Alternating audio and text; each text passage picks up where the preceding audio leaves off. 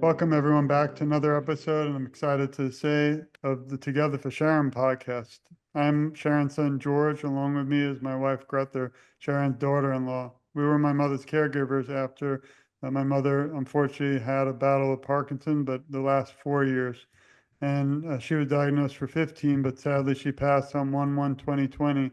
But we started TogetherForSharon.com in her memory and to advocate for a cure for all those still battling PD today and their families, because no one is ever alone in this fight for a cure. Today's guest is somebody who I really cherish. She makes me smile on the tough days, and hopefully we do the same for her. And I just, such a pleasure and honor to finally get together.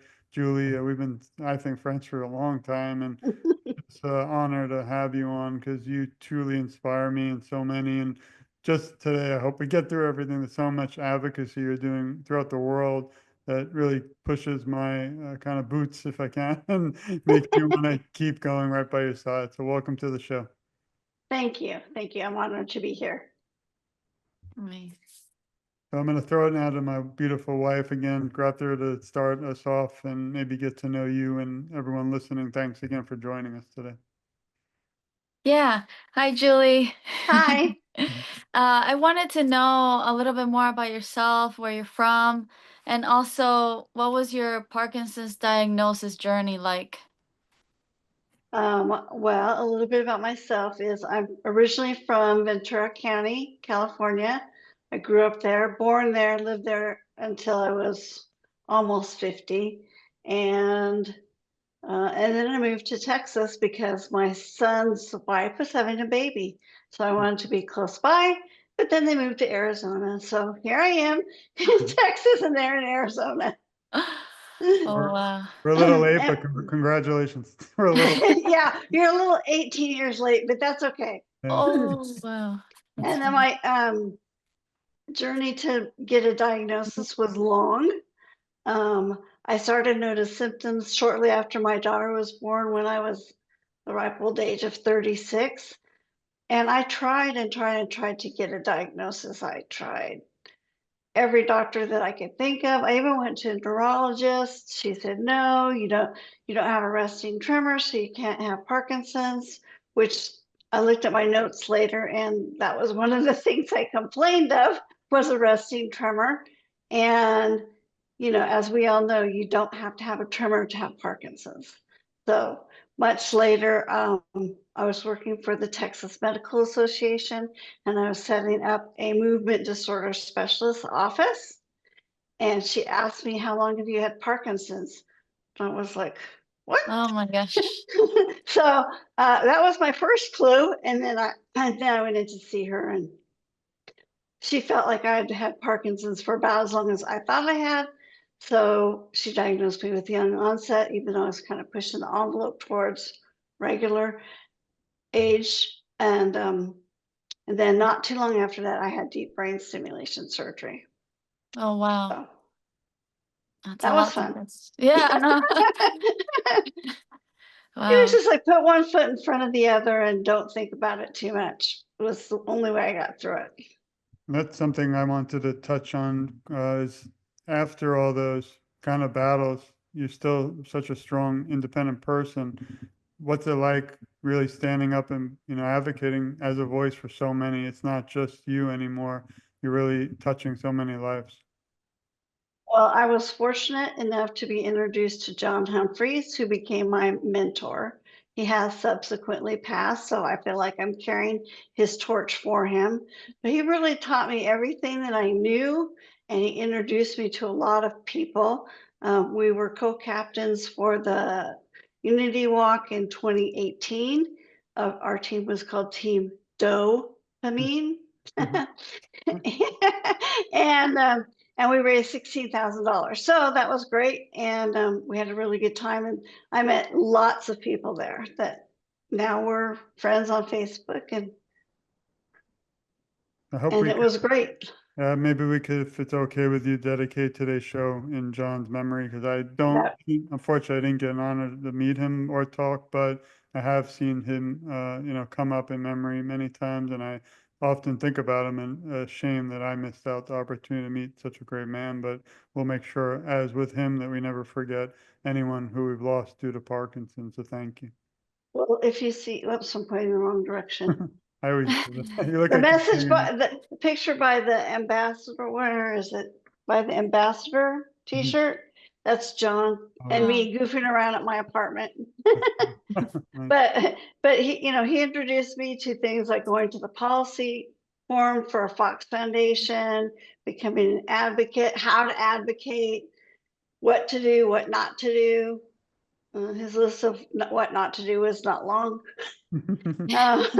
And we just became really fast friends. We talked 2 or 3 times a day. So he is why I'm doing what I'm doing. That and everyone else that has Parkinson's, but he really spurred me on, and it's my way of paying it forward. Thank you. Yeah. Julie, I know you're passionate about educating the general public and even medical individuals about Parkinson's still to this day, because like you said, resting tremors, I'm not even familiar with that. What is that like? What is that? And what are other symptoms that people are not necessarily familiar with, even medical professionals? Things they can't see. Internal tremors. I mean, you can have internal tremors, constipation, Wow. urinary incontinence, all this fun stuff that people don't really think about or really associate with Parkinson's. They just assume that if you have a tremor, then you have Parkinson's. And for me, even though I have DBS, my tremors are primarily in my legs right now. So I can do a good job of hiding them if I'm sitting at a table. Yeah. So Interesting. Do you find that maybe people, I'm not sure, because our son, he has Tourette's, he has a tic disorder, and I've had to learn a lot about that, and some people might suppress things too, even without realizing it, under stress or when they have to do something, and they can't let the shakes get in the way. yeah, like me right now, I'm sitting on my hands because I'm nervous. So yeah, okay, it is suppressed, yeah. You're with family. We love you. We don't know. Yeah, I know, but you know how it is. So how then- can you advocate for yourself and say to the doctor, I'm feeling this? A lot of the times, even women especially, we say to our doctors, I'm not feeling well, something's off. How do you put into words exactly what is off when you don't even know? I usually go to my doctor's appointment with a printout of a list of questions I have, things I'm feeling, and I'm fortunate enough to have a physician, a movement disorder specialist who actually listens to me. And I'll say, this isn't working. I want to try this. Do you think that's a good idea? And most of the time she'll say yes. I mean, she doesn't really argue with me on that score because we figure kind of what do we have to lose. So I am pretty attached to her. She's not the person I set up in practice, but she's really awesome, and a lot of people in this area see her. There's 2 people that I know that most people see in the area. There's more movement disorder specialists here than in most places, but those are the 2 I'm most familiar with that have been around. Or there's another one that I've been around, that I've been the most involved with. That's a good takeaway. A key takeaway is to actually listen to your patients, active listening, and to know what to listen for. Right. That's and important. then when you're in the hospital, they don't listen to you.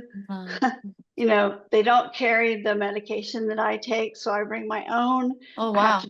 have to check it into the pharmacy so they can give it to me, but them giving it to me on time, even though you say, look, I have to have this on time or this is going to happen.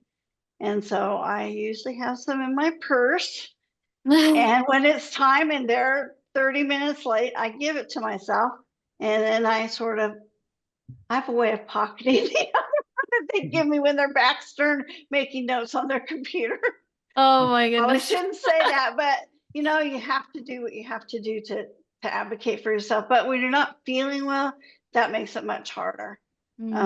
Last time I was hospitalized, I wasn't feeling well. I had a kidney infection and I couldn't really advocate for myself. There was things I wanted to say that I said, why didn't I tell them this? Why didn't I tell them that? Like they sent me home with a PICC line, which goes into your heart, right? It's IV medicine that I had to self-administer the medication. Oh my Well, gosh. I know. It's like, can you just have a nurse come out and visit me? Because That's wild. Yeah. Wow. it is wild. Yeah. Like, You, do it yourself medicine. Oof. you actually brought up something we've never talked about in any of my shows, and that I mentioned in my book, A Son's Journey, but internal tremors. It's something actually my mother struggled with. So one of the big downsides of that, obviously, is the person diagnosed going through it. But what my mother struggled with a lot of emotionally and mentally was that no one can see what she was going through. And that's a big issue, I think, in the entire world of Parkinson's, because people think if you see someone looking good, all beautiful like you today, and not kind of having a tremor means that everybody's fabulous, but they don't understand the other side from the person like yourself and my mother and so many out there who are struggling. And it's the most frustrating thing, I think, about Parkinson's. But I think we need to talk more, and I'll probably now have to write about it, a blog, but internal tremors, everyone associates our hero, many of us, Michael J. Fox, with the external, but there are so many who are battling with internal that I don't think people even understand or aware unless you're, again, diagnosed or a family member. Yeah, and I really honestly think that there's more internal symptoms and things going on than external. You can't see what's going on with me mental health wise, or, not that I'm loony or anything, but there's days, I mean, I live alone.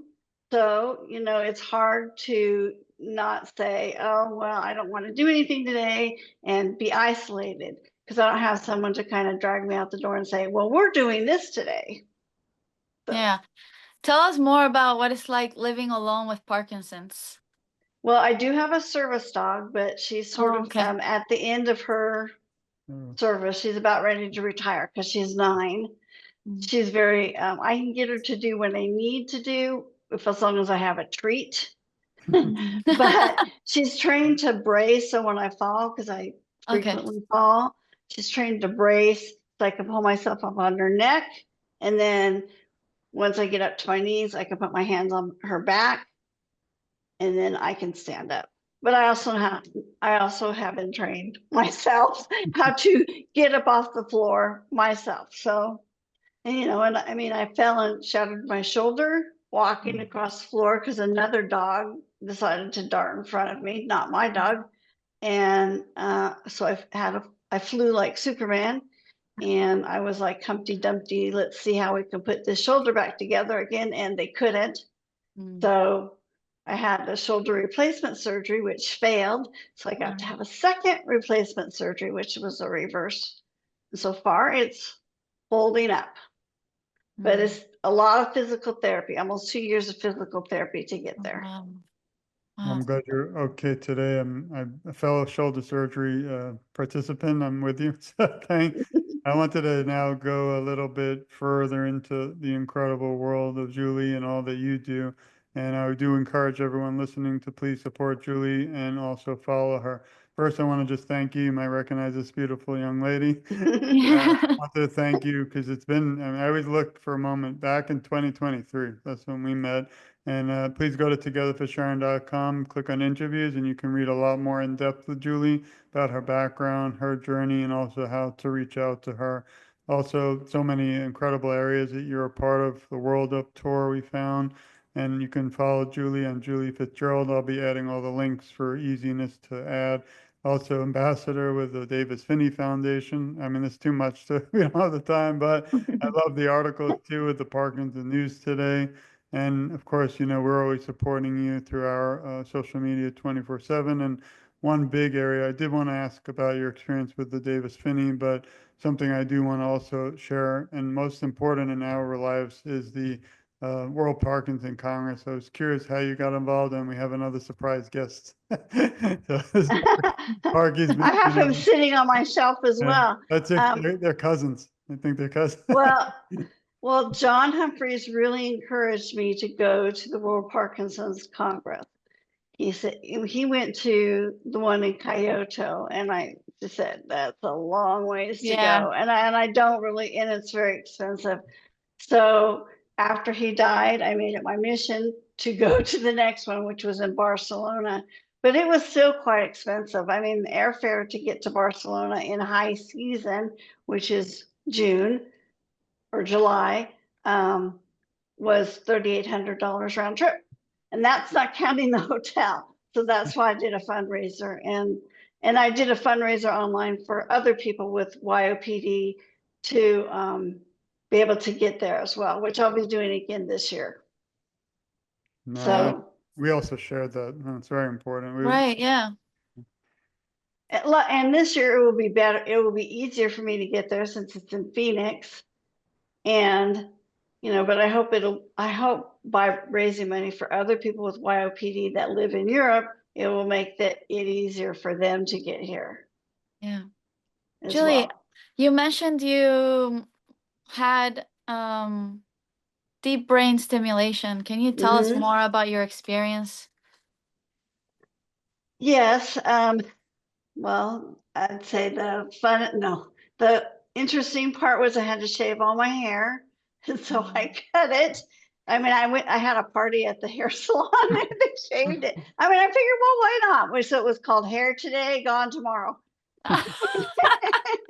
And I mean, that's sort of how I approach things, is like, well, we might as well put a smile on our face and have fun with it. So that's what we did. My beautiful daughter, who has really long hair, she braided her hair and wore a scarf in solidarity. I'm like, come on, shave it off. But she would not go that far. And they wake you up during the surgery to make sure they're putting I have it before they had better mapping and could do live mapping on the screen. But they wake you up during the middle of it to see if they're putting the probes in the right place, and they ask you to do this or this and this and say mama ta ta ta ta. I don't know. I don't know why they came up with that word, but I remember telling the surgeon, do not make me stroke out. Whatever you do, do not make me stroke out. And I must have said it enough times that he told me to shut up. But that was my biggest fear going into it all. But again, I just put one foot in front of the other and I did some research on it, but I didn't research it to death. I just knew the basics of it. And one side is still not probably quite the right place, but the other side works wonderfully. Yeah. It's interesting. A lot of the people that George has interviewed and we have interviewed together have said that they went into DBS surgery really quickly. It was something that they couldn't even think about or process or, kind of even research like you did a little bit. They just one day this, one day that, and then boom. And I wonder why that is. It's either it goes really quickly or it takes forever. It just depends on where you have it done. Interesting. Okay. I think I made my appointment with a neurosurgeon the end of November and I had it in December. But part of it was I was on a leave of absence for my job, which subsequently they decided not to keep me. But that's a whole nother story for a whole nother day. It worked out for the best, but I really wanted to go back to work. Yeah, it's understandable. Tell us a little bit about your experience and work as an ambassador with so many different places, but also I think it's Parkinson's and me. I tried to just find it, but there's so many things here. But maybe you could talk a little bit about those two areas. My advocacy with the Davis Finney Foundation, I started in 2018. You had to apply, be accepted and everything. And I speak at various functions, various support groups. I always attend any vendor fair that I can attend, and I attend other organizations, conferences as well, and try to get a table so that I can take the Every Victory Counts manual to the event, because I think it's really important to get that in the hands of everyone that has Parkinson's and every caregiver. And there are two volumes, one for the person with Parkinson's and one for the caregiver. So I think that it's very important to get that in there. And I sort of call it like the Bible of Parkinson's, not to be sacrilegious or anything, but it has pretty much everything you need in there. And it's very easy to read, and it's not like all scientific terms.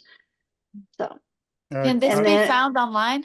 Yeah, we have Can- it. yes, Oh, okay. you Oh, can interesting. you can download it online, but I'm old school. I like to like Yeah. highlight it with a highlighter, put little tabs in it and Yeah. that sort of thing. And I probably never sat down and read the whole thing at once. I tell people that just read what you're interested in or what you're most concerned about today. That's good. And the motto for Davis Finney is learning how to live well with Parkinson's today. So I would say that's what drew me most to that particular organization. But I'm also a policy forum, I don't know if they call it advocate anymore, but for the Michael J. Fox Foundation, I've attended in person on Capitol Hill and virtually. And they have an agenda set for us that they want us to talk about. But it really makes a big impact when you're in front of a legislator telling your story and they get it. It's versus, on the screen or whatever, they can't see everything. And I also worked with a Texas legislator, a couple of them with a couple of other Davis Finney Foundation people, and we got a House resolution passed before that session, and we were able to be on the dais while they read it and passed it. And then we got to go in behind the scenes with the Speaker of the House and his brother, whose dad had Parkinson's. Wow. So You should be proud. That's amazing. I know we all got to tell our stories, and it was just really awesome. We even got a tour of the private residence, and I didn't even know there was one. So it was a great experience. The interesting thing is the doors and the people that open and you meet, unfortunately, due to Parkinson's, but in a good way because of it. I know without, unfortunately, my mother, our loss, I would never have opened my eyes and been aware as to how many incredible people around the world there are today. And that's why we keep fighting for everyone listening to. I wanted to now move to the last segment of our show, but the most fun, I always say, even though the whole thing is fun. But these are a few questions about you, and got to jump at any time. But can you list 3 words that describe who you are, Julie? Determined. I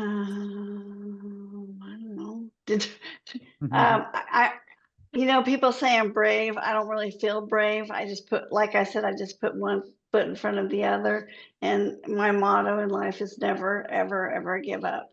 So we did a hike across Sicily in 7 days, 119 miles, 17 miles a day, and it was 115 degrees. So that was real fun. That was totally out of my comfort zone, but it was really great because we all advocated either for Parkinson's or Alzheimer's. So it was just awesome. There's a documentary that's coming out too. Oh, wow. It's won several awards in film festivals, but until it's made the film festival rounds, you can't really show it publicly. I don't know why. That's a dumb rule. It seems like you'd win more if you were showing it to people, but yeah. Maybe you could keep us updated on that. Yes. I sure will. Yeah, I would love will. to see it. Yeah, that's amazing. Yeah. Wow. Likely someone listening might have just been diagnosed with Parkinson's. What advice would you provide them? Not to hide. I went into the closet for like 6 months and had a pity party. And then one day I discovered on 60 Minutes, I watched the Rock City boxing story, and I looked to see if there was one in my area, and there was. And so within a week, I'd been evaluated and was boxing, and it really felt good to hit something. I mean, it felt good. Like at least I was doing something to make it better. And it was a great workout. Who is your hero and inspiration? Well, I would have to go back to John because he really inspired me to take this a step further. I mean, I was doing small things, and I was, I was doing little things in my community. I was a member of my support group that's local.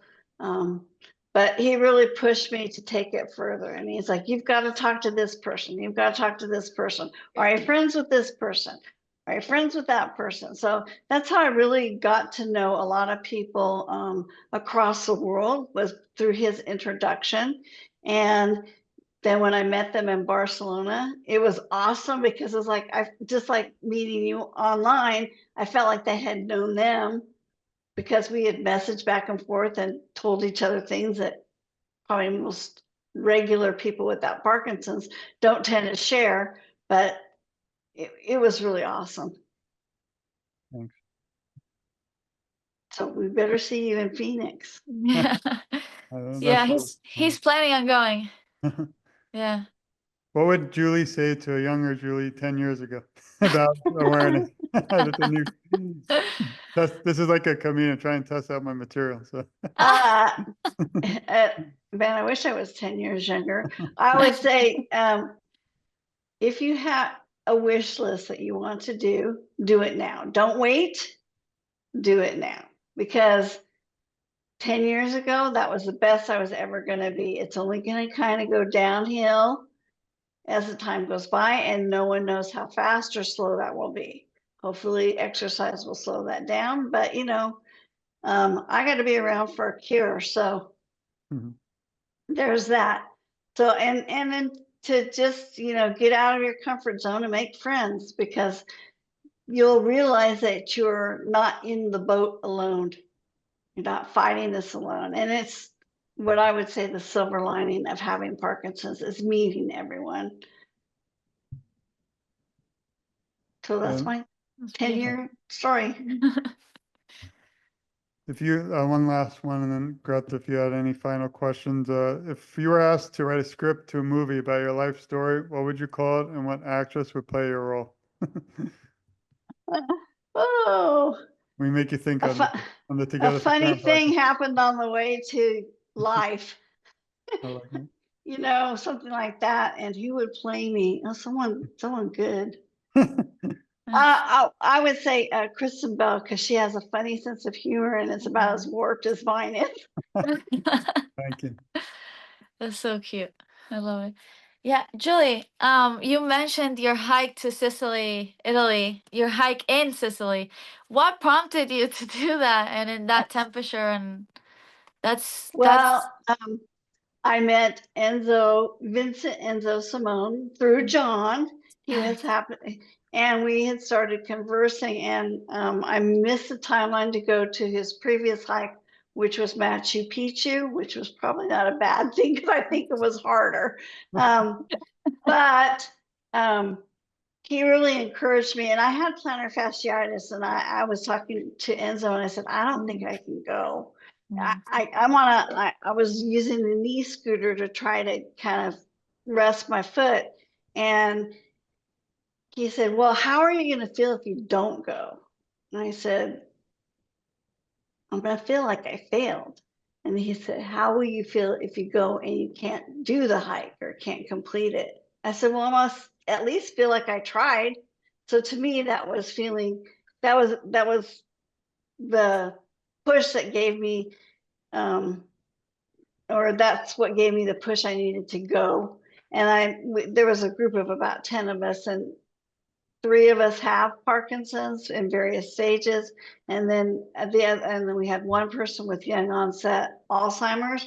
She's only in her 40s, and most of her family have died by the time they're 44. And then the other ones were people with that had been caregivers or related to someone with either Alzheimer's and or Parkinson's. So we're definitely a tribe of our own, and we're definitely family. And when you sweat together like that, and I mean, we did silly things on the hike. We found a cherry tree and we made earrings made out of cherries. We had a cherry pit spitting contest, Oh which my I goodness. lost horribly. So we went and we danced. We managed to have a lot of fun, even though it was, intense. We managed to have a lot of fun along the way. It's really incredible what the human body's capable of when you push yourself and when you don't set boundaries for yourself. You say, you know what, I don't know if I can do it, but you'll never know unless you try, like you said. Right. Just we'll never know. And I had my AirPods with music going, and the battery decided to die on a particularly steep hill. And so I just chanted out loud, never ever give up, never ever give up, over and over and over, till I made it to the top of the hill. So, and then once we reached our final destination, which happened to be in a church, I don't think there was a dry eye in the church. And we were also relieved and proud of ourselves, and it was awesome. That's beautiful. I can't wait to see the documentary. I'm really excited. Me too. Yes. You need to have a viewing I party. have seen it. I have seen it Okay. because it was emailed to me. And I said, oh man, good thing I lost some weight. I need to lose some more. Yeah. And I need to stand up straight. Oh no. We need to have a viewing party, a virtual viewing party. That would be fun. Yeah, we that can would be invite a lot of awesome. people. Yeah. We'll bring some popcorn and Yeah. have a good old time. I love doing new innovative ideas, and I love that. This is a lot of I wanted to thank you, Julie, for everything you do, have done, continue to do today, and also in the future. I do hope we get to have a real hug, not just virtual, at the World Parkinson Congress. I also hope everyone will follow you on Facebook. Also, all the incredible areas that I'm going to share that you're an advocate for, really fighting 24/7, not just for yourself, but for everyone else listening and their families. So the last question for now, and I hate saying last because I do hope this is to be continued. I always say this can't end until there's a cure. So we have a lot more work to do together. If you could leave the Parkinson's community today with some words of encouragement, although you already have, what would a few more be? Just to never give up on yourself. Never, ever, ever give up on yourself. Today you might be only able to tie your shoes, and tomorrow you might be walking around the block. But today you celebrate that, even the smallest of victories, because it all counts. It all matters. And, some days are better than others, and you have to give yourself grace to accept the days that are not so good. Thank you. And that's when you pick up the phone and call someone else and say, hey, I'm having a bad day. Someone else with Parkinson's, and they'll say, oh yeah, I had one of those yesterday. So it's always, we're always encouraging each other. And I do also have a Facebook page called Hey PD, I'm Still Me. It's kind of linked to my other page, but mostly I haven't posted a blog. I just post encouraging signs, and for me, that's as far as it's gotten. And I have written a book, which will be discussed later. It's a children's book, and I won't say too much about it. Now we have to have a viewing movie party, documentary, and a book release. Yes, and a book release party. Well, I'm hoping to get it illustrated in time so they can be part of the Book Nook at World Parkinson's Congress. Yeah, I've heard about that. I hope to teach me more about it. We got a few to submit. I hope I can be part of it with you and standing together. Well, I'll just have to tell them, like, hey, you got to include George. Of a little signing of our own just for me and you. And that's right. It's a twofer. I love it. Well, again, I really want to thank you, Julie, and everyone listening. Of course, my amazing wife for joining us today. I have a little message for you, Julie, and everyone listening. We love you. We support you. We care a lot about you, and you're never alone. I, along with Julie and Greta, will advocate for you, and together I feel our voices are so much stronger. And I always end the show with I'm just getting started, because just like you, Julie, Greta, and everyone listening, sometimes we have to, sometimes more than sometimes, but we'll have those tough days. But then you go to social media, you text someone like Julie, at least I get the opportunity to it cheers me up and makes me really inside in my heart want to keep fighting for this. We can't stop here. Everybody I meet, my mother, I feel lives on through you. So I'm so grateful, Julie, to you and Greta and everyone listening. Please share this. It's very important. Again, we don't want anything but a cure for Parkinson's. We don't even accept money. If you send it, please donate on behalf of Julie and even the young onset, so someone can be sponsored to the World Parkinson Congress next year. That's all we want. We want everyone out there to have the opportunity. I do still think they should offer it virtual, because I would have loved, luckily I met all of you because of the World Parkinson Congress, but through Facebook and a lot of the events you did, they put a few clips and had their little group. And if it wasn't for that, I wouldn't realize there's 10 million people around the world.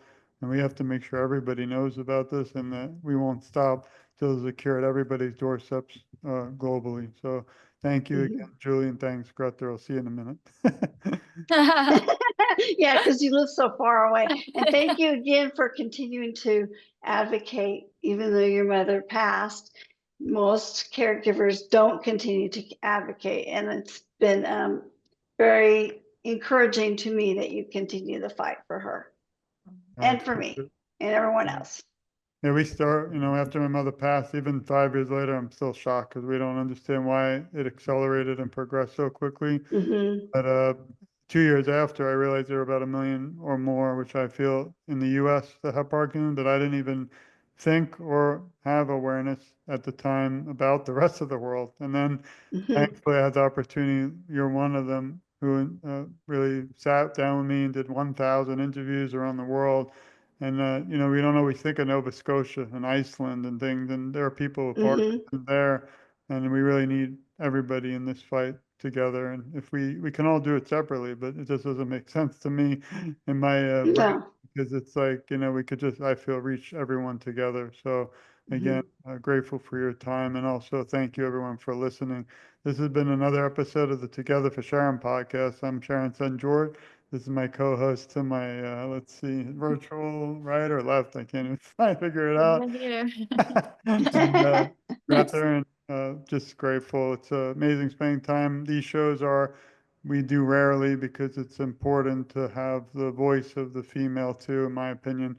We don't want to just hear about the guys caregiving. And I love this show because we get to hear the female side of caregiving too, which is important. So thank you again, everyone. And please be safe, feel good, and we send our love. But please stay tuned. There's so much more to come. Thanks, everyone. Thank you. Thank you. Bye. Bye.